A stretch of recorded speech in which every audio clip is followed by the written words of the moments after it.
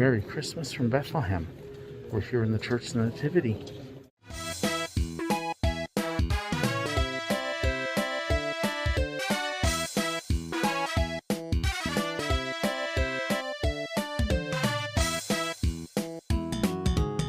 Merry Christmas from Bethlehem.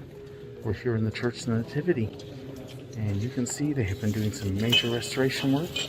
It looks beautiful in here. So I'll give you a quick little tour. So this is a look at the Church of the Nativity, looking towards Nativity Square. This is kind of coming from the side. This is the entrance that many of the tour groups will use. But you can see there's parking here. Our first time that we were here, one of the princes of England actually came driving up in this area as we were leaving. Created a bit of a ruckus, but of course it's Christmas. So you've got to have a Christmas tree, and it's actually around the corner of the building here. But just to give you a look at the size of this church. Now there is more than one church here, like many of the holy sites in Israel, and they don't always agree on everything. But yes, very big building. But right around the corner up here is actually Manger Square, Nativity Square. I've seen different names for it. And this is a look around the square. You're looking towards the front of the church there. You can see the large Christmas tree that they have here. Getting ready for Christmas, which unfortunately for many of the tourists was canceled this year because of COVID. It's a hard situation.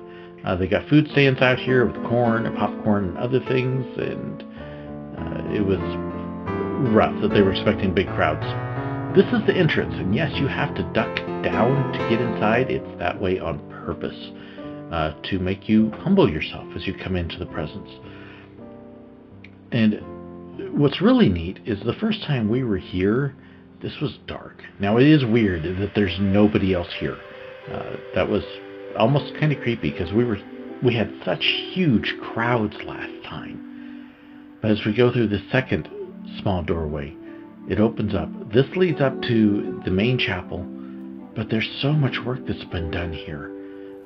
These pillars are so much cleaner. The floors have been redone. Here, let me give you a little idea of what it looked like last time we were here. You look up, you see how dark the top of that pillar is? The whole place was like that. The whole thing. And you can see they have been doing some great restoration work, some cleaning, some brightening things up. The floors have been polished. Even the beautiful murals that are up here on the wall have been cleaned and restored, and it just looks amazing compared to what it did during our last visit. And then as you look up the floors, this is the main chapel area, and it is actually right below this that the manger cave is.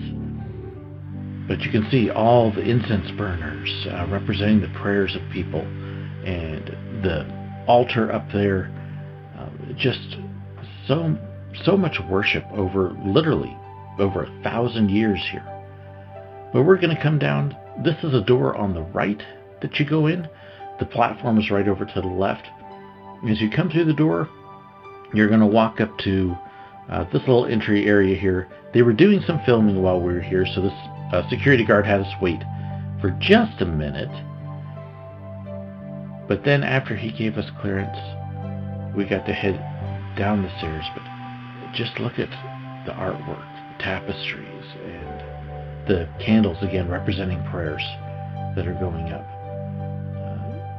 Just so much to see. But once he gave us clearance, we came down the stairs through the doorway. Watch your step there, and you're actually going underneath that big platform.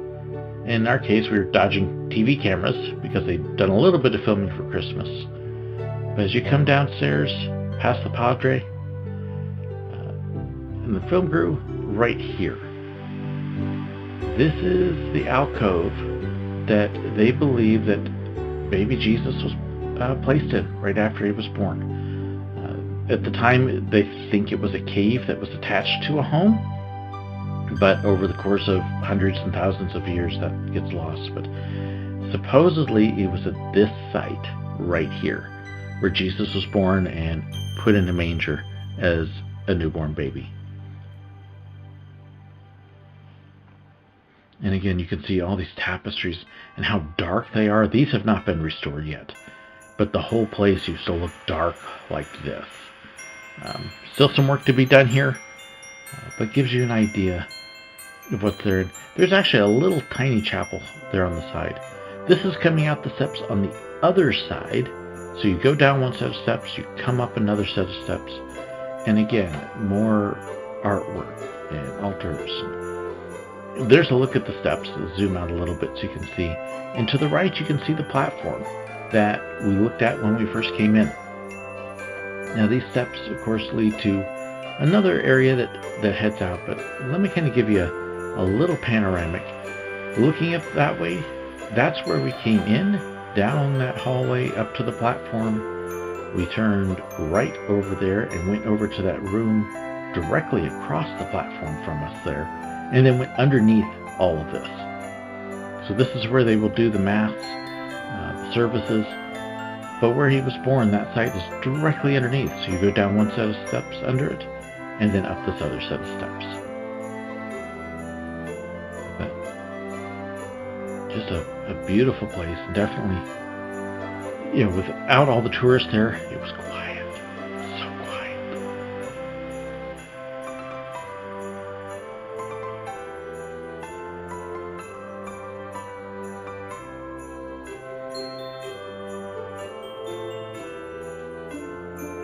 Then as you head out, there is one more chapel. You can see the sign. It says silence, and it's closed. There's a brief glimpse, but you know what? Hold on to that thought.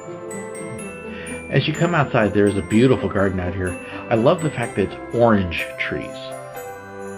Nativity Square with Christmas. And if you don't know the story of Father Christmas, St. Nicholas giving oranges for Christmas, look it up.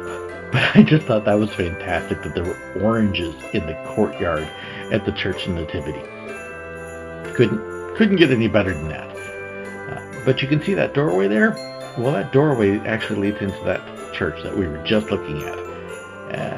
You know what? It's open. So let's go. This is the Church of the Virgin something or other. I couldn't say it. But you can see you walk up to a door, and then you actually turn right up. Interesting signs. Come in a pilgrim, go out. Come in a tourist, go out a pilgrim. Yeah. Love that. But here's a look at the church. And just a beautiful place here. As we looked around, we did spend a little bit of time here sitting and praying and enjoying where we were. The stained glass is just amazing. Absolutely beautiful.